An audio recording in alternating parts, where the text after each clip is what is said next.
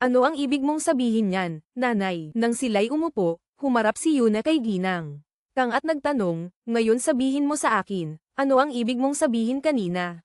Nag-atubili si Ginang Kang, pagkatapos ay nagsimula, alam mo, Yuna, ang grupong TJ ay lumago sa kung ano ito ngayon dahil sa mga kontribusyon ng iyong lolo. Pero dahil dito, nawala ang buhay ng iyong mga magulang sa isang aksidente. Laking gulat ni Yuna, patuloy si Ginang Kang, noong una, akala ko nag-asawa si Juan Carlos sa iyo dahil sa pakiramdam ng responsibilidad para sa nangyari, pero ngayon nakikita ko na higit pa ito. Nakikita ko ang paraan ng kanyang ngiti kapag kasama kanya, totoo ito. Talagang mahal kanya. Nanginginig ang mga kamay ni Yuna sa mga salita ni Ginang Kang, ngunit nagawa niyang sumagot ng mahinahon. Oo, nanay. Mahal namin ang isa't isa mula sa simula. Oo, nanay. Mahal namin ang isa't isa mula sa simula. May date ka sa kanya, di ba? Dapat ko bang tawagan ang driver para sa iyo? Tanong ni Ginang Kang, binabago ang paksa. Walang kailangan, nanay. Naghihintay ang kaibigan ko sa labas at siya ang magdadala sa akin. Sagot ni Yuna, bahagyang yumuko bago humingi ng paumanhin. Matapos magbihis, lumabas siya ng bahay na may pagsara ng pinto, na nagulat kay Suki, na naghihintay sa sasakyan. Mabilis, umalis na tayo. Utos niya, ang boses ay tensyonado. Samantala, nakaupo si Juan Carlos sa restaurant, tumitingin sa kanyang relo. Lumipas na ang kalahating oras, ngunit wala pa ring senyales ni Yuna.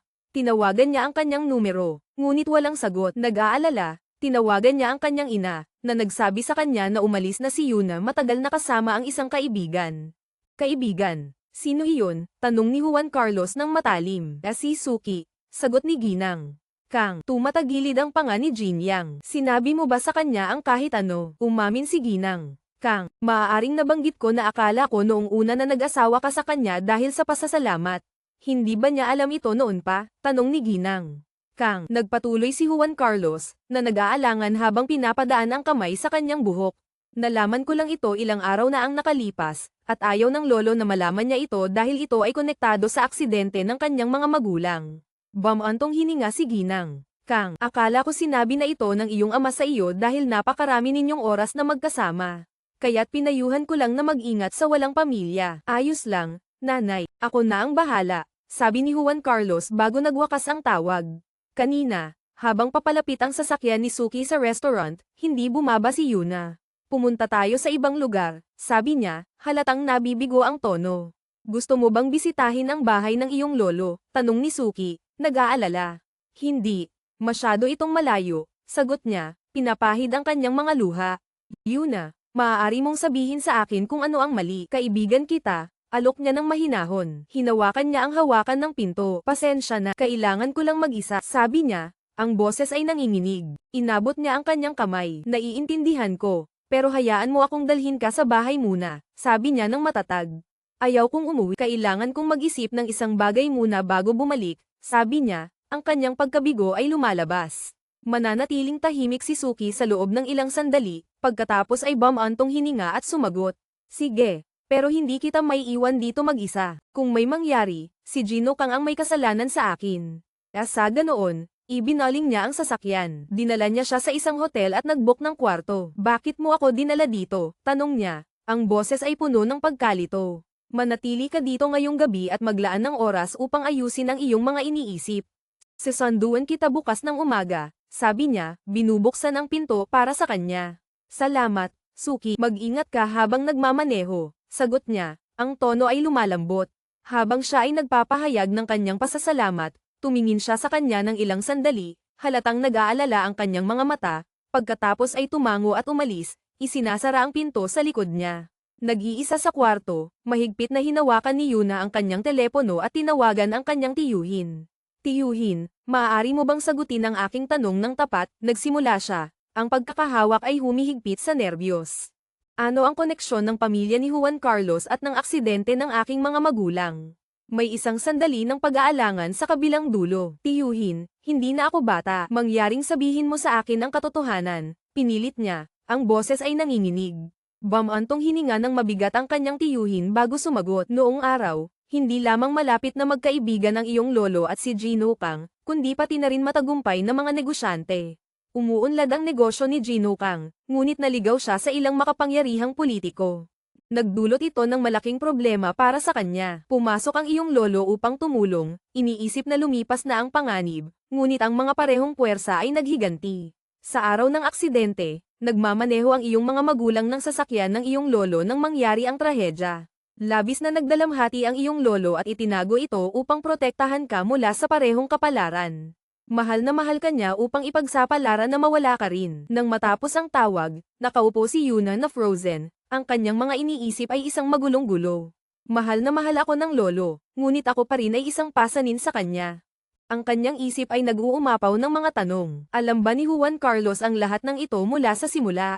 Ako ba ay isang pasanin din sa kanya? Paano kung siya ay makatagpo ng parehong kapalaran tulad ng aking mga magulang at lolo? Ang pag-iisip na iyon ay nagpasikip sa kanyang dibdib sa kawalang pag-asa. Ang pinto ay bumukas, na nagputol sa kanyang mga nag-iisip, agad siyang lumingon, kaya, tinawag niya, ngunit lumaki ang kanyang mga mata nang makita si Jin Yang na nakatayo doon sa halip. Paano mo nalaman na nandito ako? Tanong niya, nagulat. Tinawagan ako ni Suki at sinabi sa akin, sabi niya, isinasara ang pinto sa likod niya. Ang kanyang ekspresyon ay matatag ngunit nag-aalala. Yuna, huwag magkamali ng pagkakaintindi. Alam ko ang tungkol sa pag-uusap na mayroon ka sa aking ina. Nagsimula si Juan Carlos, ang boses ay kalmado ngunit matatag. Hindi ako nagkakamali ng pagkakaintindi. Siya ay sumabat. Ang boses ay nanginginig habang ang mga luha ay namumuo sa kanyang mga mata. Ngunit ngayon alam ko na ang katotohanan. Ako ay isang pasanin sa aking lolo, at ayaw kong maging pasanin din sa iyo, sabi niya. Ang kanyang mga salita ay nabasag habang siya ay nagsimula ng umiyak. Ano ang ibig mong sabihin? Umalis tayo at pag-usapan, sabi ni Jin Yang, ang mukha ay malalim na nakasimangot. Umiling siya, humakbang paatras. Mula ngayon, kalimutan mo na ang utang. Palalayain kita, sabi niya. Ang kanyang mga salita ay nagdulot sa kanya na tumigil sa kanyang mga hakbang. Mabilis na humakbang si Juan Carlos at hinawakan ang kanyang kamay. Yunol, hindi kita pinakasalan dahil sa pasasalamat, sabi niya, ang boses ay puno ng paninindigan. Ngunit hindi rin ito dahil sa pag-ibig, siya ay sumabat, ang tono ay matatag habang siya ay nagsasaad ng mga katotohanan, tinitingnan siya ng diretso sa mga mata. Sabi niya, nagpakasal tayo sa ilalim ng isang kontrata, at ngayon na ang lolo ay pumanaw. Natapos na ang kontrata, naiintindihan mo ba, Juan Carlos? Sa isang sandali, nanatiling nakatayo si Juan Carlos, ang bigat ng kanyang mga salita ay bumabagsak sa kanya. Sa wakas, nagtipon siya ng sarili, ang ekspresyon ay matatag. Bakit mo muling binanggit ang kontrata? Ang kontratang iyon ay walang bisa sa sandaling tayo, nagsimula siya, ngunit pinutol siya ni Yuna, ang boses ay matatag. Bakit mo muling binanggit ang kontrata? Ang kontratang iyon ay walang bisa sa sandaling tayo, nagsimula siya, ngunit pinutol siya ni Yuna, ang boses ay matatag. Mula sa simula, ang ating pagkikita ay isang pagkakamali. Ito ang pinakamainam para sa ating dalawa. Mangyaring umalis ka, sabi niya, ang tono ay nanginginig sa pinal na desisyon. Yuna sumigaw si Juan Carlos, ang pagkabigo ay bumasag sa kanyang maayos na anyo. Nagngangalit ang kanyang mga ngipin, ang boses ay lamambat ngunit puno ng pagsisisi. Ang kontratang iyon, kung hindi ko lang ito nabanggit, kung nagsimula tayo ng ating relasyon sa ibang paraan. Pinipiga ang kanyang mga kamao, tumingin siya sa ibaba. Wala nang halaga ngayon. Nakikita ko kung gaano ka nag-aalala, ngunit hindi ka kailanman naging pasanin sa akin, at hindi ka kailanman magiging, sabi niya ng matatag. Nakita ang kanyang hindi matitinag na ekspresyon, napagtanto niyang kailangan niya ng oras upang kalmeyan ang kanyang sarili. Sa isang mabigat na puso, lumingon siya at umalis sa kwarto. Alam na ang pagpipilit ay magpapalala lamang sa mga bagay sa labas. Naghihintay si Suki, humakbang siya pasulong, ang mukha ay tensyonado. Ginoong Kang, sinasaktan mo na naman siya. Bilang kanyang asawa, paano mo hindi maunawaan ang kanyang mga damdamin? Tanong niya. Bahagyang lumingon si Jin Yang, ang mga mata ay malamig. Serious ako, kung magpapatuloy ito, dadalhin ko siya palayo sa iyo, banta ni Sok Ian, ang tono ay matatag. Subukan mo at tingnan, sagot ni Jin Yang bago umalis. Kinabukasan ng umaga, bumalik si Juan Carlos sa bahay ng Kang. Kamusta ang hapunan? Tanong ni Ginang. Kang nang walang anuman, ayos lang at nagpa siya kaming manatili sa isang hotel. Sinungaling si Jin Yang, pinipilit ang isang ngiti. Nasaan si Yuna? Hindi ba siya bumalik kasama mo? Mayroon bang hindi pagkakaintindihan sa sinabi ko? Tanong niya, halatang nag-aalala. Wala, nanay, walang ganun. Ayos lang siya. Nasa campus siya dahil may event doon, maayos na ipinaliwanag ni Jin Yang. Nasa campus siya dahil may event doon, Maayos na ipinaliwanag ni Jin Yang. Nakakabawas ng alalahanin, sabi ni Ginang. Kang na may munting buntong hininga. Nang pumasok siya sa silid tulugan, napansin niya ang isang kahon ng regalo na nakaupo sa mesa. Sa pagkamausisa, binuksan niya ito at ang kanyang ekspresyon ay lamambat. Sa loob ay isang pares ng dumbbells at isang tala. Isipin mo ako habang nag-eehersisyo gamit ang mga ito. Ang kanyang pagkakahawak sa tala ay humigpit habang ang mga salita niya mula sa nakaraang gabi ay umuulit sa kanyang isipan. Sa ibang dako, nakipagkita si Yuna kay Gayangon. Dapat kang manatili sa akin hanggang handa ka na, mahinahon na mungkahi ni Gongon. Sa totoo lang, dapat ay tinawagan mo ako kagabi. Hindi mo kailangang mag-isa. Hindi mo kailangang mag-isa. Salamat, sabi ni Yuna. Ang kanyang pasasalamat ay totoo. Sa mga sandaling iyon, umabot ang boses ni Sujin mula sa malapit. Congratulations, Yuna, sa iyong relasyon kay Suki. Umalis ako ng maaga noong araw na iyon, kaya hindi ko nakuha ang pagkakataong sabihin ito. Sabi niya na may pekeng matamis na ngiti. Umupo siya sa tabi nila, ang kanyang tono ay may halong pekeng pag-aalala. Hindi ko alam kung sino ang nag-ugnay sa akin kay Juan Carlos, pero mukhang nadamay ka rin sa gulo na ito. Pasensya na, sabi niya, tinitingnan si Yuna na may pekeng sinseridad. Talagang nagulat ako. Pagkatapos, may buntong hininga, umalis siya para sa kanyang klase. Mukhang talagang hindi niya alam tungkol sa iyong kasal, napansin ni Gayangon. Oo, pero sa lalong madaling panahon, wala nang halaga ang lahat ng ito, tahimik na tugon ni Yuna. Ang kanyang tingin ay nakatungo. Nang maglaon, bumalik si Yuna sa bahay ng Kang upang mangolekta ng ilang gamit. Pumasok sa silid tulugan, napansin niyang ang kahon ng regalo na ibinigay niya kay Juan Carlos ay nakabukas na. Ang kanyang puso ay nag-alinlangan sandali. Nagustuhan ba niya ito, naisip niya, ngunit mabilis na itinaboy ang kaisipang iyon. Wala nang halaga ito. Habang nag-iimpake siya ng kanyang mga damit at naghahanda ng umalis, tinawag ni Ginang. Kang, Joy, nakabalik ka na. Nagulat siya at huminto. Akala ko nasa campus ka, kaya hindi ako naghanda ng tanghalian, dagdag ni Ginang. Kang, nang malaman ni Yuna na tiyak na tinakpan siya ni Juan Carlos, nagpa siya siyang sumama sa kasinungalingan. Mayroon pa akong ilang proyekto, nanay. Dumaan lang ako para kumuha ng ilang bagay. Matutulag ako sa bahay ng kaibigan ngayong gabi para tapusin ito, ipinaliwanag niya.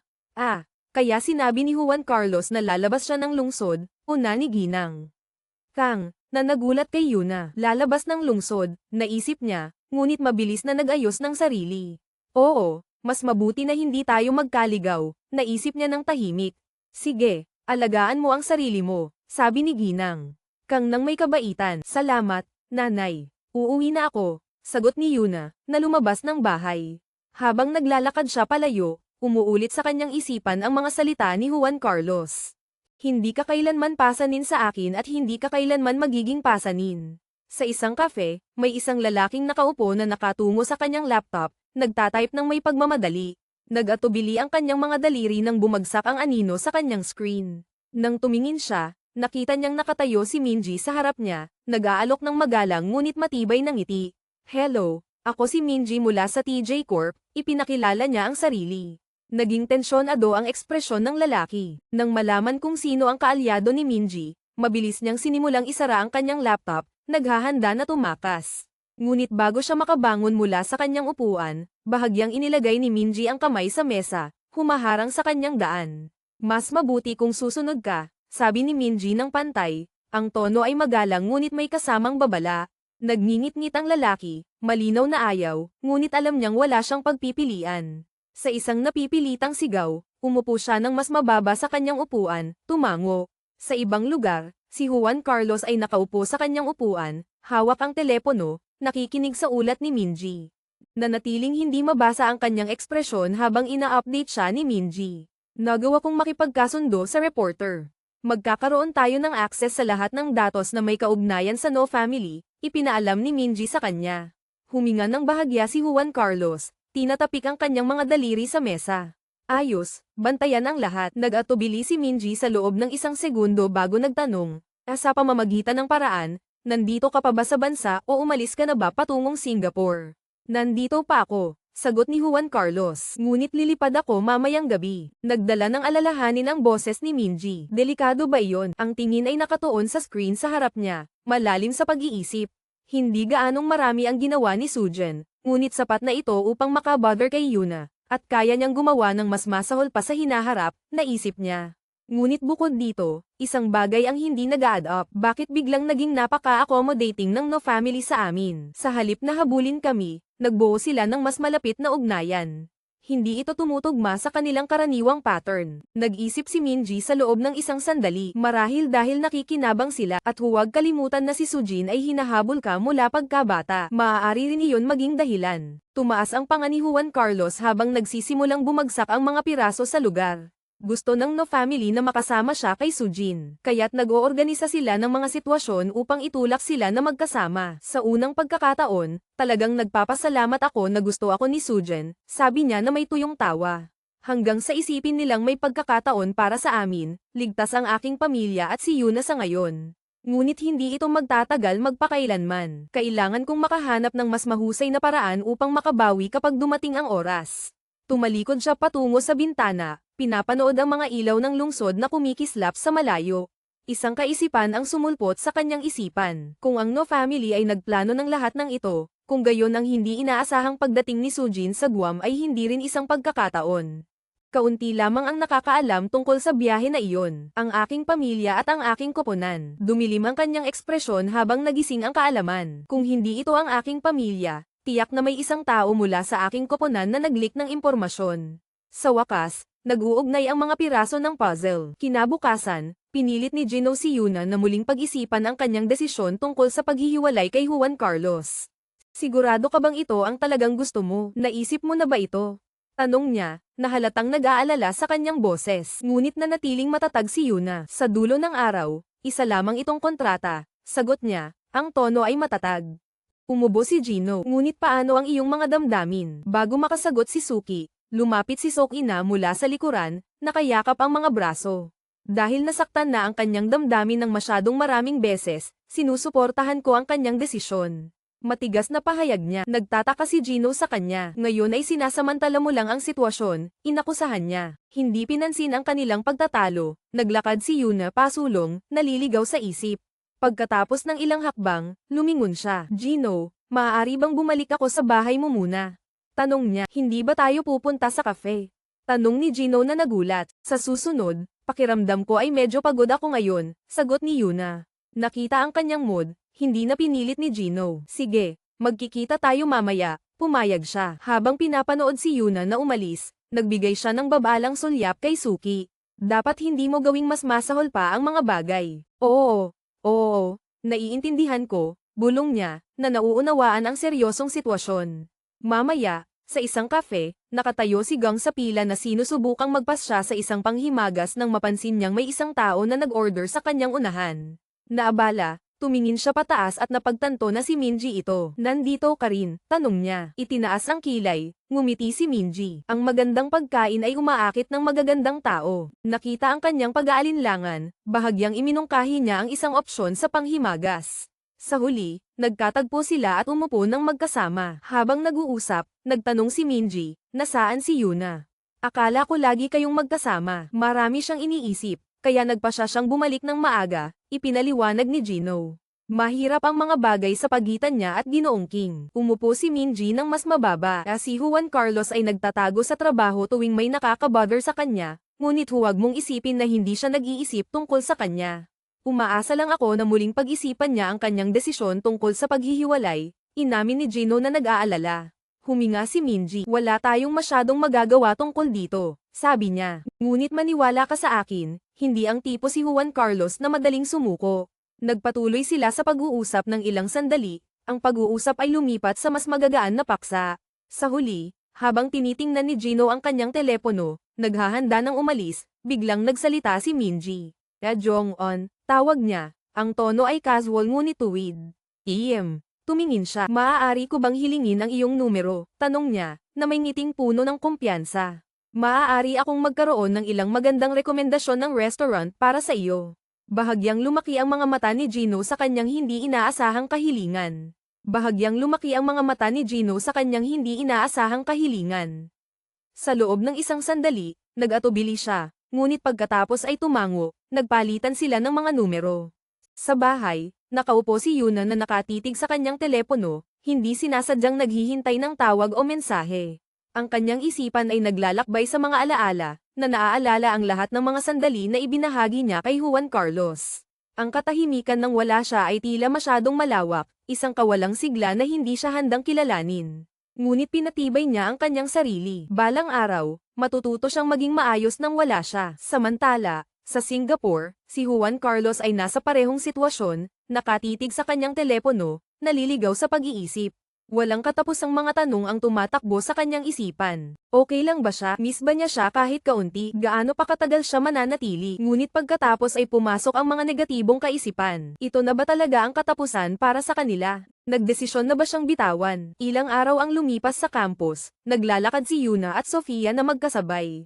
Ang lamig sa hangin ay nagpasimulang magyelo kay Suki sa kanyang manipis na damit, ngunit ang talagang nakakuha ng kanyang atensyon ay ang nananatiling kalungkutan sa mga mata ni Yuna. Nananatili ka pa rin sa bahay ni Gino. Ayos lang ba talaga iyon? Tanong niya, sinira ang katahimikan. Lumiko siya sa kanya at tumango. Oo, ayos lang kay Gino. Umubo siya. Hindi ko pinag-uusapan si Gino. Ibig kong sabihin, Gang, 1 linggo na mula nang umalis ka. Talaga bang hiwalay na kayo? Mahalaga ba iyon? Ikaw ba ang sumusuporta sa akin ilang araw na ang nakalipas? Tanong niya, nakatingin sa ibaba. Maingat siyang pinagmasdan, ang alalahanin ay kumikislap sa kanyang tingin. Pagkatapos ay nagsalita siya, Sujan ay natigilan, ang kanyang hininga ay naputol. Asawa, ano ang sinasabi mo? Tanong niya, nanginginig ang boses. Si Juan Carlos ay naiinis. Sujan, sa tingin ko, lahat tayo ay mga matatanda dito. Kailangan ko bang ipaliwanag kung ano ang isang asawa? Ang kanyang mga salita ay punong-puno ng pangungutya. Ang mga bulong-bulungan sa paligid nila ay lumakas. Tumingin ka sa paligid mo, dagdag niya ng malamig. Lumingon si Sujan, ngayon lang napagtanto ang dami ng mga estudyante at kawani na nagtipon. Pinapanood ang eksena habang nakalabas ang kanilang mga telepono, near-record ang lahat. Sa takot, pinigil niya ang kanyang mga kamao at sumigaw, nakikita niyo ba ang lahat? Si Yuna, na di umano'y nakikipag-date kay Suki, ay ngayon ay walang kaiyang nakikipag-flirt kay Juan Carlos. Ngunit sa halip na makisama sa kanya, ang crowd ay nagbulungan sa kanilang sarili. Alam ng lahat na si Suki ay may mapaglarong reputasyon, at ni siya ni Yuna ay hindi kailanman nakumpirma ang anumang romantikong ugnayan. Bilang resulta, lahat ng daliri ay nakaturo kay Sujan, na inilantad siya bilang pinagmulan ng mga tsismis. Upang pahirin ang mga bagay, maraming tao ang nag-record ng buong insidente, na nahuhuli ang bawat salita sa aksyon. Samantala, sa isang kumpanya, pumasok si Ginoong Ann sa opisina. Ang kanyang ekspresyon ay tensyonado habang ibinibigay ang isang tablet sa ama ni Sujan. Ginoo, kailangan mong makita ito. Ang mas matandang lalaki ay sumulyap sa screen. Ito ay isang artikulo sa balita. Mga scandalous na larawan ni Sujan kasama ang ilang mga lalaki. Ang kanyang ekspresyon ay lumabo. Nasaan siya? Tanong niya na may halong inis. Bago makasagot si Ginoong Ann, sumugod si Sujan. Ama, kailangan mong tulungan ako. Hiling niya. Ang kanyang boses ay desperado. Ibinigay ng kanyang ama ang tablet sa kanya. Nakita mo na ba ang balita? Tanong niya ng malamig. Naguguluhan, kinuha ni Sujan ang aparato mula kay Ginoong Ann, ang kanyang mga mata ay nag-scan sa mga headline. Sa sandaling naiproseso niya ang mga larawan, ang kanyang mukha ay namutla. Ano ang ginagawa ng reporter na ito? At bakit lahat ay nagiging mali ngayon? Sumigaw siya. Ang kanyang pagkabigo ay umaapaw. Pinagmasdan ng kanyang ama ang kanyang mga mata. Ano pa ang nangyari? Sa kabila ng pagkabigla, pinigil ni Sujan ang kanyang mga kamao. Ama, alam mo ba na si Kung Juan Carlos ay kasal? Nabulalas niya, ang kanyang mga kilay ay nakakunot. Wala akong narinig tungkol dyan. At kung siya ay nag-asawa, ito ay dapat sa isang tao mula sa isang makapangyarihang pamilya. Ito ay tiyak na isa pang walang batayang tsismis. Hindi, ama. Hindi ito tsismis. Sinabi niya ito mismo ngayon sa harap ng lahat. Kasal siya kay Yuna. Sumigaw si Sujan. Hindi pa rin makapaniwala. Ang ulo ni Ginoong Ann ay biglang umangat. Si Cho, ang intern, tanong niya, na naaalala ang kanyang pangalan. Sino pa? Sumagot si Sujan. Walang silbi ang mga tao mo. Paano walang nakakaalam tungkol dito dati? Nakatayo si Ginoong Ann. Ang kanyang ekspresyon ay hindi mabasa. Kung hindi alam ng mga tao ko, nangangahulugan ito na ito ay isang lihim na kasal. Dapat ay sinadyang itinago ito ni Kang Juan Carlos. Habang siya ay nagsasalita, biglang nagliwanag ang kanyang tablet sa isang bagong. Dapat ay sinadyang itinago ito ni Kang Juan Carlos. Habang siya ay nagsasalita, biglang nagliwanag ang kanyang tablet sa isang bagong notification.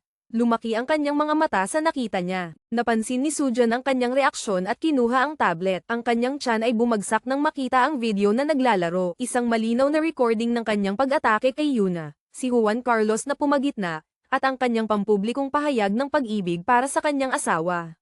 Ang kanyang dugo ay naging malamig. Sa isang galit na galit, itinapon niya ang tablet sa buong silid. Hindi ito nangyayari. Sumigaw siya. Gayunpaman, nanatiling nakakalma ang kanyang ama habang siya ay tumayo mula sa kanyang upuan. Sige, kakausapin ko si Juan Carlos mismo. Wala siyang pagpipilian kundi piliin ka. Ang kanyang boses ay puno ng pinal na tono, ang kanyang tingin ay matalim, at kung tatanggi siya, pagsisisihan niya ito. Lumiko siya kay Ginoong An, inutusan, alamin ang lahat ng dapat malaman tungkol kay Yuna. Gusto kong malaman kung sino siya at bakit niya iniisip na maaari niyang kunin ang pag-aari ng aking anak na babae. Sa bahay ng Kang, si Juan Carlos at Yuna ay nawawala sa yakap ng isa't isa. Ang kanilang matagal na inaasahang halik ay lumalalim sa bawat segundo. Nang siya ay humiwalay, isang malambot na ngiti ang umikot sa kanyang mga labi habang niyayakap siya.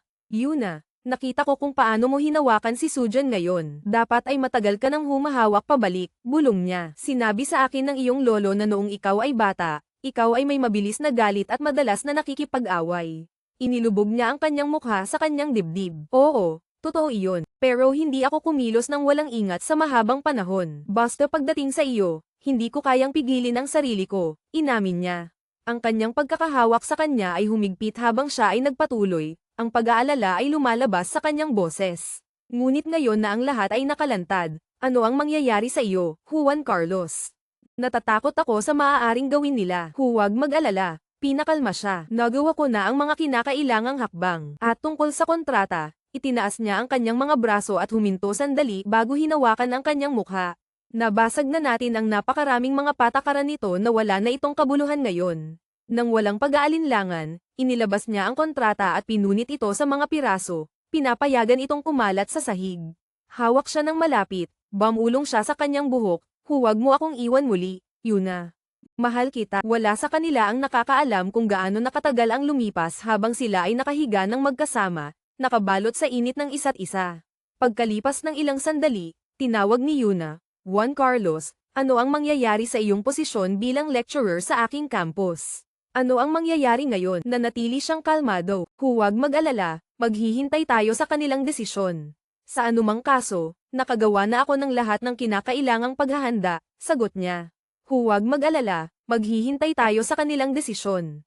Sa anumang kaso, nakagawa na ako ng lahat ng kinakailangang paghahanda, sagot niya. Umupo siya ng bahagya, ang pag-aalala ay halata sa kanyang mukha. Ano ang ibig mong sabihin? Ngayon na alam ko ang tungkol sa pakikilahok ng pamilya ni Sujan sa nakaraan ng aking pamilya, kailangan kong malaman ang lahat. Bilang iyong asawa, nag-aalala ako para sa iyo. Ayokong may mangyaring masama sa iyo. Alam mo ba ito mula sa simula? Tanong niya. Sinuri ni Juan Carlos ang kanyang mukha sa loob ng ilang sandali, ang kanyang ekspresyon ay hindi mabasa.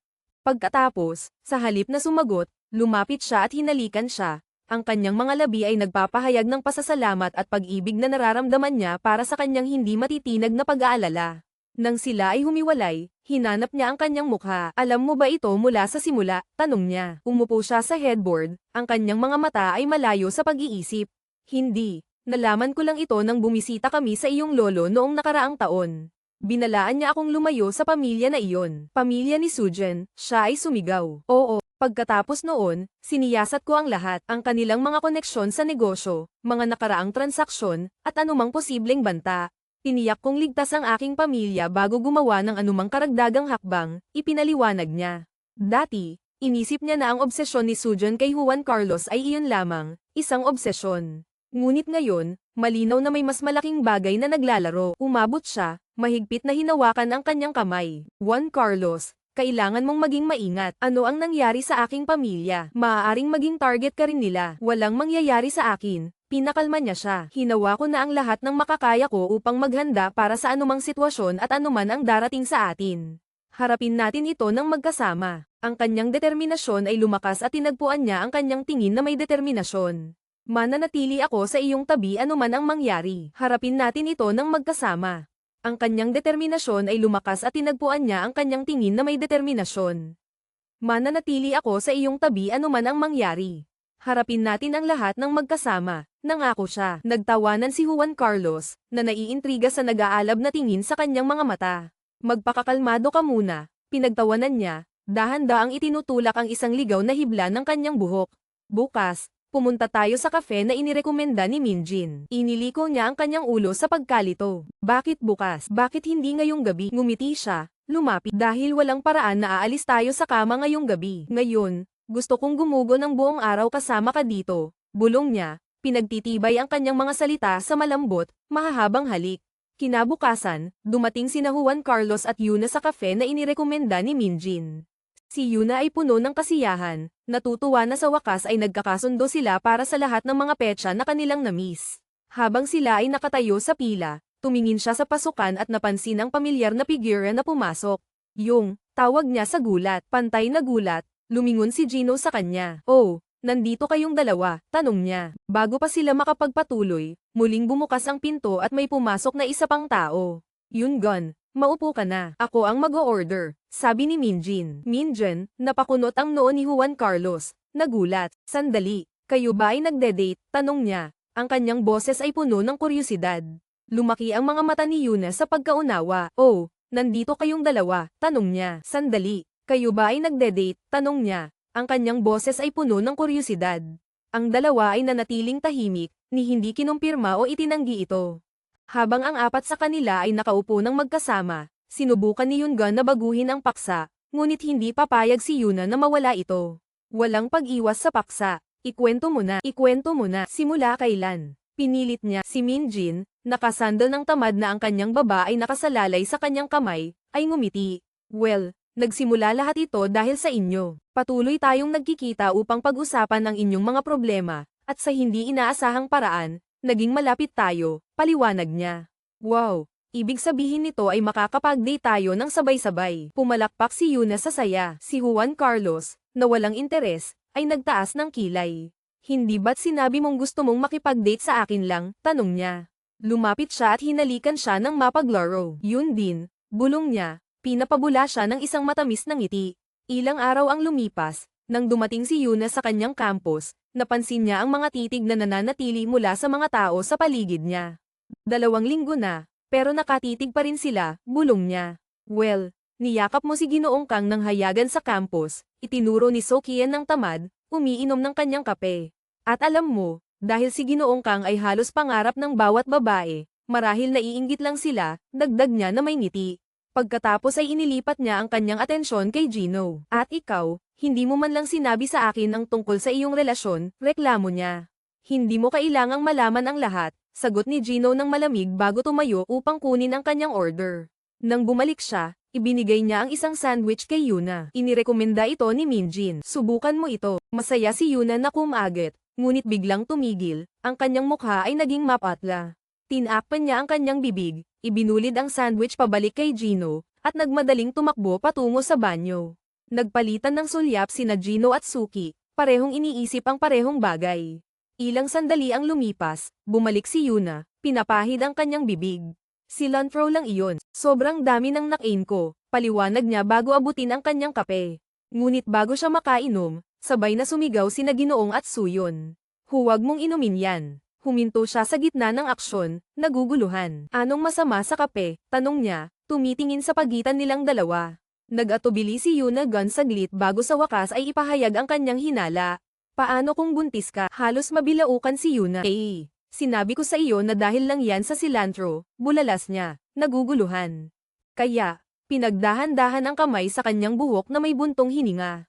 Yuna, kasal ka na ngayon. Dapat mong isaalang-alang ang posibilidad, iniisip niya. Oo, maraming babae ang hindi agad napapansin ang mga sintomas. Dapat kang magpa-check, sang-ayon si Buwan. Lumaki ang mga mata ni Yuna habang pumapayat ang kanyang mukha. Hindi pa nga iyon pumasok sa kanyang isip, pero ngayon na nabanggit nila ito, talagang posible. Bago siya makapagsalita, may isang sasakyan na huminto sa likuran nila.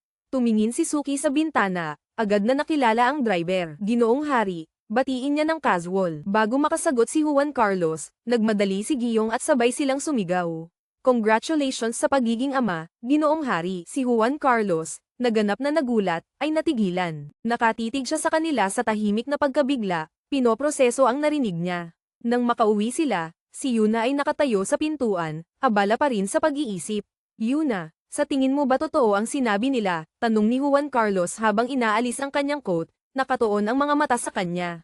Hindi ko alam, sagot niya, patuloy na pinoproseso ang lahat. Kumain ako ng sandwich, at dahil sa cilantro, nagsuka ako. Iyon lang, lumapit siya, nakakunot ang noo. Pero ano ang pakiramdam mo? Na-late ba ang mga regla mo? Tanong niya ng mabilisan. Hindi. Okay lang ako, pinakalma siya. Huminga ng malalim si Juan Carlos, hindi pa rin kumbinsido. Gusto mo bang maligo muna o ako ang mauuna? Tanong niya, sinusubukang baguhin ang paksa. Ikaw na ang mauuna. May kailangan akong gawin. Sagot niya, nakatingin sa kanya ng mabuti. Pagkatapos niyang umalis, tumayo siya roon saglit, malalim sa pag-iisip. Di nagtagal, bumalik si Yuna pagkatapos maligo, ngunit wala si Juan Carlos sa paligid. Naguguluhan, naghanap siya sa kanya. Hinahanap mo ba ako? Ang boses niya ay nagmula sa likuran habang pumapasok siya sa silid. Saan ka nagpunta? Tanong niya nang may pag-usisa, nang hindi sumasagot. Naglagay siya ng maliit na bag sa harap niya. Pumunta ako para kunin ito, sabi niya, ipinapakita ang pregnancy test. Kumuha ka na ng test, pinilit niya, seryoso ang ekspresyon. Ilang sandali ang lumipas, bumalik si Yuna, hawak ang resulta sa kanyang mga kamay. Ipinakita niya ito sa kanya. Tingnan mo, sinabi ko sa iyo na dahil lang yan sa cilantro, sabi niya na may seryosong mukha. Tumingin si Juan Carlos sa kanya, pagkatapos ay naglabas ng malambot na tawa bago siya yakapin ng mainit.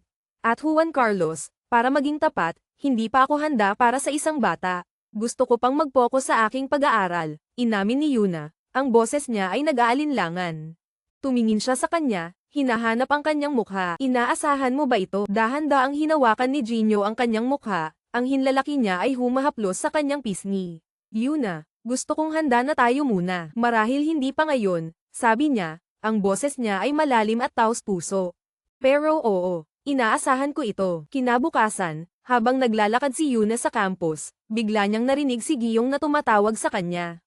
Yuna, bago siya makapag-react, hinawakan ni Giyong ang kanyang kamay at hinayla siya sa isang tahimik na sulok. Anong nangyayari? Mahalaga ba ito? Tanong ni Yoel, naguguluhan sa nag-aalalang ekspresyon ng kanyang kaibigan. Oo, talagang mahalaga, bulong ni Ginoong, nahihirapang makahanap ng mga salita. Nag-atubili siya saglit, pagkatapos ay sa wakas ay lumapit at nagsabi sa isang mahina na boses, ang totoo, ang talagang buntis ay ako. Lumaki ang mga mata ni Yuna sa gulat. Ano, hinawakan niya ang mga balikat nito, ang boses niya ay puno ng pangangailangan. Sigurado ka, nakapag-test ka na ba? Nasabi mo na ba kay Mijen? Nakagawa na ako ng test ng 2 beses, umamin si Ginoong, ang pag-aalala ay halata sa kanyang mukha, patuloy na sinusubukang ay proseso ang lahat. Binuhos ni Yuna ang mas marami pang tanong sa kanya, pero nagsimula lang kayong mag-date kamakailan. Paano nangyari ito ng ganito kabilis? Umubo si Ginoong. Basta nangyari na lang. Nahulog kami sa sandali, at hindi kami naging maingat. Nag-atubili siya bago nagpatuloy. Hindi ko alam kung paano sasabihin kay Minjin. Bagong-bago pa ang relasyon namin at wala akong ideya kung paano siya tutugan. Nang marinig ito, tumigas ang ekspresyon ni Yuna. Kung tatanggi siyang tumanggap ng responsibilidad, nandyan ako para sa iyo kahit ano paman. Hindi ka magiging nag-iisa sa bagay na ito. Naantig sa suporta ng kanyang kaibigan, ngumiti si Ginoong ng may pasasalamat. Salamat, Yuna. Napakalaking bagay niyan. Nang gabing iyon sa Kung House, habang nagtatrabaho si Juan Carlos sa kanyang pag-aaral, napansin niyang pumasok si Yuna sa silid, ang ekspresyon niya ay hindi mabasa. Nanatili siyang tahimik, ngunit naramdaman niyang may bumabagabag sa kanya. Isinara niya ang kanyang laptop at umupo ng maayos sa kanyang upuan. Anong problema? Tanong niya. Nag-atubili siya bago sa wakas ay nagsalita. Tungkol kay Ginoong, nakinig si Juan Carlos habang ibinabahagi niya ang lahat ng nalaman niya na buntis si Ginoong at hindi pa niya nasasabi kay Mijen. Habang nagsasalita siya, tumingin siya sa kanya, ngunit napansin niyang hindi siya nagulat. Bakit hindi ka nagulat? Tanong niya, nakakunot ang noo sa pagdududa. Nararamdaman ang tono niya, bahagyang ngumiti si Juan Carlos. Oh, nagulat ako. Sagot niya nang walang pakialam. Ngunit mas mahalaga, kumusta siya? Tumayo siya at lumapit sa kanya. Nag-aalala siya na baka magbago ang kanilang relasyon dahil bago pa lang ito. Umamin si Yuna. Sa totoo lang, nagulat ako na, alam mo na, umabot na sila sa ganong antas. Sigurado na ba sila sa nararamdaman nila sa isa't isa? Samantalang kami, kailangan pa namin ng napakaraming oras para doon. Tumawa si Juan Carlos. Iyan ay instinct ng isang lalaki, Yuna, sabi niya. Ang boses niya ay bumaba. Kapag kasama niya ang babaeng mahal niya, hindi siya nagdadalawang isip. Bahagyang yumuko siya, itinaas siya sa mesa ng madali at wala kang ideya kung ilang beses akong nahirapang pigilin ang sarili ko. Ngunit bago siya makapagpatuloy, pinutol siya ni Yuna. May sinabi ba sa iyo si Minjin? Tanong niya. Ang boses niya ay puno ng kuryosidad. Hindi. Umamin si Juan Carlos, bahagyang inikat ang kanyang ulo. Ngunit kilala ko siya mula pa noong 15 siya. Isa siyang tao na laging nag-iisip ng maaga. Kung umabot na siya sa ganitong antas, nangangahulugan na naisip na niya ang tungkol sa pag-aasawa kay Ginoong. Seryoso ang tono niya. Nang marinig ito, tumango si Yuna, ngunit nag-atubili sandali bago nagdagdag, may isa pang bagay na gusto kong itanong. Inabot niya, pinindot ang isang daliri sa kanyang mga labi bago siya makalapit pa tungkol sa sitwasyon ni Sujin. Marami kang nabanggit na legal na bagay kanina, ngunit hindi ko naintindihan ang lahat. Maaari mo ba akong turuan? Gusto kong mas maayos na hawakan ang mga bagay sa hinaharap. Sa nakaraang 2 linggo, pinagsama siya ng mga mamamahayag sa mga pintuan ng campus, napilitang kumpirmahin na siya ay talagang kasal kay Kang Juni ng TJ Corp. Hindi naiiba ang sitwasyon para kay Juan Carlos. Patuloy siyang nakikipag-ugnayan sa media at sa kanyang mga empleyado, lahat ay nagtatanong sa kanya ng mga detalye. Habang pinapanood siya, hindi mapigilan ni Yuna na tumawa ng bahagya. Inabot niya siya, hinayla siya sa isang halik, na nagulat kay Juan Carlos, ngunit mabilis siyang nakabawi, pinatagal ang halik habang niyayakap siya. Ilang araw na ang nakalipas, inutusan ng ama ni Sujin si Ginooan na dalhin ang mamamahayag sa kanya. Di nagtagal, 2 lalaki ang humila sa mamamahayag papasok sa silid. Samantala, ipinaalam ni Minjin kay Juan Carlos na nahuli ang mamamahayag ni Ginoo wala. Naubos ang pasensya, nagbiro ang mamamahayag. Dinala mo ako dito dahil sa mga chismis tungkol kay Sujin. Kung gayon, wala akong ginawang mali. Nandyan ang mga chismis dahil totoo sila. Ngunit bukod dito, hindi mahirap tuklasin ang mga pagkakamali ni Sujin. Maraming tao sa kanyang bilog ang hindi siya gusto. Nang marinig ang kanyang mga salita, nagliyab ang mga mata ni Sujin sa galit. Paano siya naglakas loob na makipag-usap sa kanya ng ganoon? Lumiko siya sa kanyang ama, humihingi na gumawa siya ng paraan. Tumayo si Ginoo wala, ang boses niya ay mapanganib na kalmado. Mamamahayag Kim, nagsimula siya. Ipinapalagay kong may plano ka kung nakikipag-usap ka ng ganito sa harap ko. Dahil tiyak na nauunawaan mo na pagkatapos ng ganitong kayabangan, magiging mahirap ang makalabas dito ng walang sugat. Ang kanyang mga salita ay nagdala ng hindi maikakailang babala. Nanahimik ang mamamahayag, napagtanto ang bigat ng sitwasyon. Inaasahan na niya ang kinalabasan na ito mula nang pumasok siya sa silid. Lumiko si Ginoo wala kay Sujin. Sa ngayon, kailangan mong lumayo sa lahat, manatiling hindi nakikita at huwag pumunta kahit saan. Pagkatapos ay ibinaling ang tingin pabalik kay Ginooan, nagdagdag siya, tungkol kay Kang Juni, panahon na upang mag-apply ng kaunting presyon. Ako ang bahala sa kanya. Sa isang sulok, nakaupo si Ginoong na nag-aalala, naghihintay kay Minjin. Nang dumating siya, humingi siya ng tawad sa pagka-late, ngunit mabilis siyang nagpatuloy. Hindi ito kasalanan mo. Tinawag kita ng biglaan, sabi niya. Habang umuupo siya sa tabi niya, iminungkahi niyang maghanap ng komportableng lugar sa loob upang makaiwas sa lamig, nag-scroll sa kanyang telepono para sa mga kalapit na kafe. Ngunit sa halip na tumugon, pinanatili ni Ginoong ang kanyang mga mata sa kanya. Pagkatapos ng ilang sandali, sa wakas ay nagsalita siya. Minjin, mahal mo ba ako? Paano kung magpakasal tayo? Tanong niya. Ang boses niya ay matatag. Bakit bigla kang nagsasalita tungkol sa kasal? Sige, nakahanap ako ng magandang restaurant malapit. Naglilingkod sila ng kamanghamanghang alak. Bago siya makapagpatuloy, kinuha niya ang kanyang telepono at may seryosong ekspresyon na sinabi, makinig ka sa akin, Minjin. Mula ngayon, hindi ako makakainom sa susunod na 8 buwan. Tumingin si Minjin sa kanya, pinoproseso ang kanyang mga salita. Dumating ang pagkaunawa sa kanya na parang alon, at instinctively ay umatras siya. Ngunit mabilis siyang nakabawi, lumapit. Sinasabi mo bang magkakaroon ako ng? Bago siya makapagpatuloy, biglang tumayo si Yunagon. Ayos lang, Minjin. Hindi ko inaasahan na tatanggapin mo ang responsibilidad. Alam ko na ang sagot, ngunit gusto ko lang ipaalam sa iyo dahil ikaw ang biological na ama. At huwag mag-alala, pumayag na si Yuna na maging ninang. Patuloy siyang nagsalita, ang boses niya ay nanginginig. Si Minjin ay nagbalank sa hindi makapaniwala. Yuna. Nahihirapan siyang digest ang bagyong impormasyon. Huminga siya ng malalim, pinilit ang kanyang sarili na manatiling kalmado. Nagtapos ang aming relasyon dito, idineklara niya, lumingon upang umalis. Ngunit bago siya makagawa ng isa pang hakbang, hinawakan ni Minjin ang kanyang pulso, hinayla siya pabalik. Paano mo maaring magpasya na mag-isa? Ang boses niya ay matatag. Mahal kita, Yunagon, at pakakasalan kita. Pero ano ang mangyayari sa iyo kung hindi dahil sa bata? Mananatili ka pa rin ba sa akin magpakailanman? Nag-atubili siya, pagkatapos ay hinawakan ang kanyang kwelyo. Sobrang gusto kita, Minjin, umamin siya, ang mga mata niya ay puno ng emosyon. Nang walang ibang salita, hinayla siya nito sa isang mahigpit na yakap. Hindi kita o ang ating anak ay bibitawan. Makikita ko ang iyong mga magulang sa lalong madaling panahon at kumbinsihin sila, nangako siya, niyayakap siya na parang hindi na siya bibitawan. Nang gabing iyon, matapos tapusin ang kanyang presentasyon, umuwi si Juan Carlos. Pagkapasok niya, sinalubong siya ni Yuna ng mainit na pagtanggap. Kumusta ang pulong? Tanong niya, ang mga mata niya ay puno ng kuryosidad. Binigyan siya nito ng nakakaaliw na ngiti. Ayos lang, salamat sa pagsisikap ni Minjin. Mukhang interesado ang mga mamumuhunan sa TJ Corp. At kahit si Ginoo wala ay nagbigay sa akin ng katiyakan kanina na makakakuha tayo ng kasunduan, ipinaliwanag niya.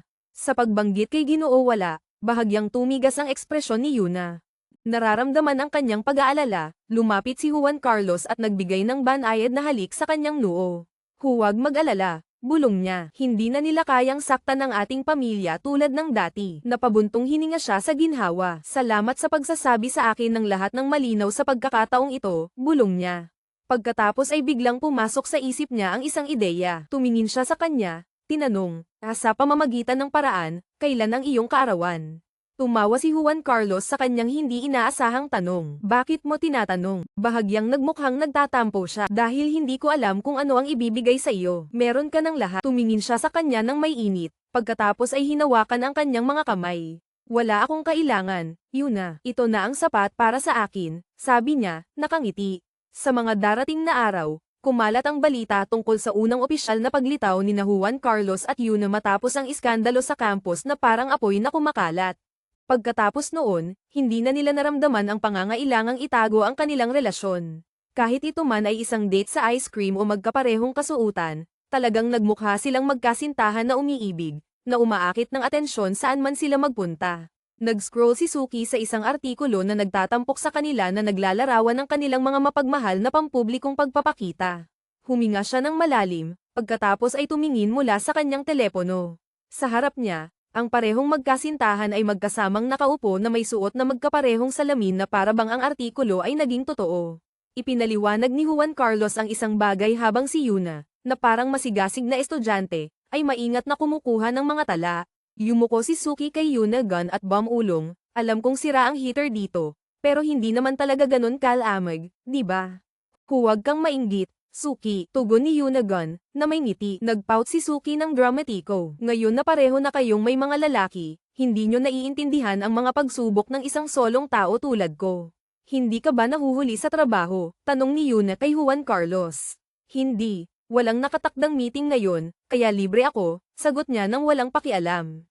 Pero Juan Carlos, tingnan mo roon. Itinuro niya ang ibang mga estudyante na hayagang nakatingin sa kanila. Ang kanilang dalawang kaibigan ang tanging hindi apektado. Balewalain mo na lang sila, sabi ni Juan Carlos, pinatitibay ang kanyang yakap sa kanya.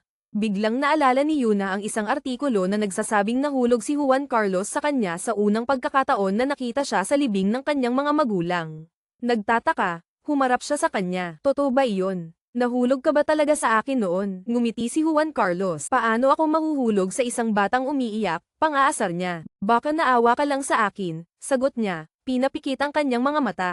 Samantala, si Suan, na matagal nang nagtitiis sa kanilang walang katapusang flirtasyon, ay hindi na nakatiis. Bigla siyang tumayo. Sapat na, ayaw kong maging saksi sa inyong flirtasyon sa publiko. At saka, kung patuloy na makikita ng mga tao ang guro at estudyante na ganito, magdudulot ito ng mas maraming chismis sa campus, nagreklamo siya. Si Jenny Batang ay tumawa na parang walang pakialam. Hindi na iyon magiging issue. Ngayon na ako ang may ganap na kontrol sa TJ Corp, hindi na ako magtuturo. Hindi na ako niya propesor, sabi niya nang walang emosyon. Kaya, kahit na hindi na siya propesor, ibig bang sabihin nito ay maaari na silang kumilos ng ganito sa publiko. Habang naghahanda si Juan Carlos na umalis, bumeso siya kay Yuna bago umalis. Lumiko siya sa iba. Nakita ba ninyo si Sujin kamakailan? Umiling si Yuna. Hindi ko siya nakita sa loob ng ilang panahon. Kaya't nagpalitan ng tingin sina Chun at Yunagon at kinumpirma ang parehong bagay.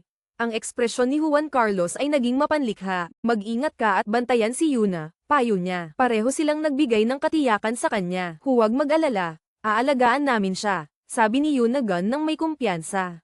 Sa pagwawakas ng mga pagsusulit, inimbitahan ni Suki ang mga ito sa isang party. Sa simula, parehong tumanggi sina Yuna at Yong, na gustong gumugol ng oras kasama ang kanilang mga kapareha. Gayunpaman, nilinaw ni Suki na hindi ito isa sa kanyang mga karaniwang magulong party. Ito ay isang pribadong pagdiriwang para sa kanila upang ipagdiwang ang pagtatapos ng kanilang mga pagsusulit. Hinihimok pa niya silang dalhin ang kanilang mga kapareha. Nakita ang kanyang sigasig, sa wakas ay pumayag sila. Habang umaalis, lumingon si Yuni kay Yunagon. Kaya, paano ang usapan ninyo ni Minjin? Paano siya tumugon? Wala nang sinabi si Yunagon, ngunit ang maliwanag ng ngiti sa kanyang mukha ay sapat na sagot. Si Yuna ay ngumiti ng may pagkaalam. Nakikita ko, sabi niya, nakayakap sa kanyang kaibigan habang naglalakad palayo. Kinabukasan, nagtipon ang lahat sa party ni Suki. Sa wakas, opisyal na binati ni Suki si Juan Carlos sa kanyang kasal at hiniling na isaalang-alang ang party na ito bilang parehong paghingi ng tawad at regalo sa kasal. Nang maglaon, ibinigay niya kay Yuna ang isang baso ng juice, na inisip na siya ay buntis, ngunit nilinaw ni Juan Carlos na hindi inaasahan ng kanyang asawa. Mula sa gilid, itinaas ni Yunagon ang kanyang kamay at inihayag na siya ang talagang buntis. Kaya, si Kin ay nakatingin sa hindi makapaniwala bago nagreklamo, bakit ako palaging huli sa lahat ng bagay? Na iniiwasan ang kanyang pagkabigo sa parehong sina Yuna at Yunagon. Sa mga sandaling iyon, si Minjin, na tahimik, ay nagbigay ng anunsyo. Bukod sa balita ng pagbubuntis, mayroon kaming ibang bagay na ibabahagi. Magpapakasal kami. Habang si Suki ay nakatayo doon, patuloy na naguguluhan sa lahat ng nakakagulat na mga pahayag. Nag-alok sina Juan Carlos at Yuna ng taos-pusong pagbati. Sa opisina, ibinigay ni Juan Carlos ang ilang dokumento kay Secretary Yuna, na inutusan siyang suriin ang kanilang legalidad. Si Minjin, na nakatayo malapit, ay nagmasid sa kanya ng matalim na tingin. Narinig ko na gusto kang makipagkita ni Gino, sabi ni Minjin, ang tono niya ay seryoso. Sa tingin mo ba ito ay tungkol sa reporter o kay Sujen? Maaaring anumang bagay, sagot ni Juan Carlos, ang kanyang ekspresyon ay hindi mabasa, ngunit sa kaibuturan, hindi niya maalis ang posibilidad na maaari rin itong may kaugnayan kay Yuna. Naalala ang nalalapit na kasal ni Minjin, binati niya siya muli. Nagulat ka ba? Tanong ni Minjin, na may kasiyahan. Hindi naman, sagot ni Juan Carlos na may ngiti. Ang kanyang isip ay bumalik sa unang pagkakataon na nakilala niya si Minjin sa high school. Nagkita sila sa isang bookstore kung saan si Minjin ay nagbabasa ng cookbook sa halip na textbook. Ang pagka-curiosity ay nagtagumpay kay Juan Carlos at tinanong niya, may restaurant ba ang mga magulang mo? Tumawa si Minjin bago ipinaliwanag, hindi, may iba silang negosyo. Suportahan ko sila, ngunit sa loob ng 15 hanggang 20 taon, plano kong magbukas ng sarili kong restaurant. Nagulat si Juan Carlos sa kanyang pangmatagalang pananaw. Hindi ko alam na ganito kakaambisyoso. Palagi kang mukhang relaxed na tao na hindi nagmamalasakit sa pagiging pangalawa sa klase. Inamin ni Juan Carlos na may kumpiyansang ngiti. Tumugon si Minjin. Dahil ang pagiging unang sa klase ay hindi kailanman ang aking layunin. Alam ko palagi kung ano ang gusto ko, at kapag nakakita ako ng isang bagay na talagang gusto ko, nagsusumikap akong makuha ito. At iyon ang eksaktong naramdaman niya nang una niyang nakilala si Ginoong sa kasal ni Juan Carlos. Samantala, sa kabilang bahagi ng bayan, dumating sina Yuna at Yunagon sa isang shop ng wedding dress. Hindi ako naging tipo na mag-settle down, inamin ni Kyung Yun, na naglalaro sa isang piraso ng tela. Ngunit nang nag-propose si Minjin, hindi ko may kakaila at hindi lang dahil sa bata. Ito ay isang bagay na gusto ko sa kaibuturan. Pinisil ni Yuna ang kanyang kamay bilang pampatibay. Baka nahulog ka sa pag-ibig bago mo pa man ito napagtanto. Ngumiti si Yunagon. Mukhang pamilyar, hindi ba? Ibig kong sabihin, hindi mo naman talaga may kakaila si Ginang Kang, di ba? Ngunit bukod sa kanyang pang-aasar, ipinahayag ni Ginoong ang kanyang kasiyahan. Ngayon na sila ay opisyal na magkasintahan, mas lalo siyang nagpapasalamat na natagpuan ang tamang lalaki. At salamat kay Yuna, natagpuan na niya ang perpektong damit. Paano mo malalaman kung ito ang tamang damit? Tanong ni Yunagon, lumingon sa kanya. Hindi mo talaga malalaman hanggang sa subukan mo ito. Tumawa si Yuna. Ngunit habang tinitingnan niya si Yunagon sa gown, may isang bagay na kumonekta. Ito, bulong niya, at sa sandaling nakita ni Yunagon ang kanyang sarili sa salamin, alam din niya ito. Nang gabing iyon, habang tinutulungan ni Yuna si Ginang, hari na maghanda ng hapunan, pumasok si Juan Carlos sa bahay. Napansin siya kaagad, at nagtanong siya ng walang pag-aalinlangan, kumusta ang pamimili kasama si Kyung-yun.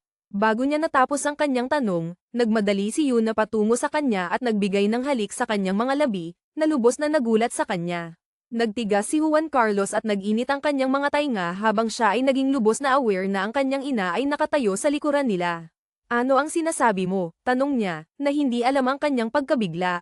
Nilinis ang kanyang lalamunan, nahirapan siyang makabawi. Oh, nagtatanong ako tungkol sa pamimili. Oh, maaaring tingnan namin ang ilang iba pang mga tindahan bukas, sagot niya ng walang pag-aalinlangan, na abala pa rin sa kanyang sariling kasiyahan. Si Juan Carlos ay halatang namumula pa rin. Nakita ang kanyang reaksyon, tinawag niya, Juan Carlos. Mula sa likuran nila, pinigilan ni Ginang. Hari ang isang tawa, mabilis na itinaas ang kanyang telepono. Kinuha niya ang isang larawan, na nahuhuli ang sandaling iyon magpakailanman. Ngunit pagkatapos, dumating ang realization. Yun na lumingon, ang kanyang mukha ay naging mapatla. O hindi, nandito si Mom, bulong niya sa takot. Si Ginang. Kang ay ngumiti ng may kalikutan. Huwag mong isipin, sabi niya na tila nag-e-enjoy. Sa hapunan, iminungkahi ni Ginang. Kang na magpahinga si Juan Carlos mula sa trabaho at maglakbay kasama si Yuna. Lumiko si Juan Carlos sa kanya, may bahagyang ngiti sa kanyang mga labi. Kaya, ano sa tingin mo? Inirekomenda ni Minjin ang isang mahusay na resort at maaari rin tayong mag-ski doon, sabi niya. Bago makasagot si Yuna, isang masiglang boses ang pumasok. Pwede ba akong sumama? Tanong ni Juno na sabik. Siyempre, sagot ni Yuna nang walang pag-aalinlangan. Samantala, ang ngiti ni Yunagon ay naglaho ng mapagtanto niyang ang kanyang mga plano para sa isang romantikong getaway ay biglang nawasak. Nang gabing iyon, tinawagan ni Suki si Yuna. Tinatanong kung nais niyang sumali sa isang internship sa isang kumpanya na inirekomenda ng kanyang kaibigan para sa nalalapit na bakasyon. Ngunit sa pagkakataong ito, determinado siya. Hindi, mag-ski ako. Talagang gusto kong tamasahin ang bakasyong ito, sabi niya nang may kasiyahan. Nang marinig ito, nag-alab si Sofia. Skiing. Mukhang masaya. Pwede ba akong sumama? Agad niyang pinatigil ang ideya. Walang paraan. Hindi papayag si Juan Carlos sa ganoon. Kinabukasan, nagtipon ang lahat para sa skiing trip. Nandoon din sina Yunagon at Mijen, na ginawang isang biyahe kasama ang mga kaibigan at pamilya. Sa sandaling sila ay handa nang umalis, isang pamilyar na boses ang umabot. Hello, everyone. Lumingon ang mga ulo. Si So Cute, na nakatayo doon na may smug ng ngiti. Sa halip na mag-intern sa pagkakataong ito, somehow ay nakasama siya sa biyahe.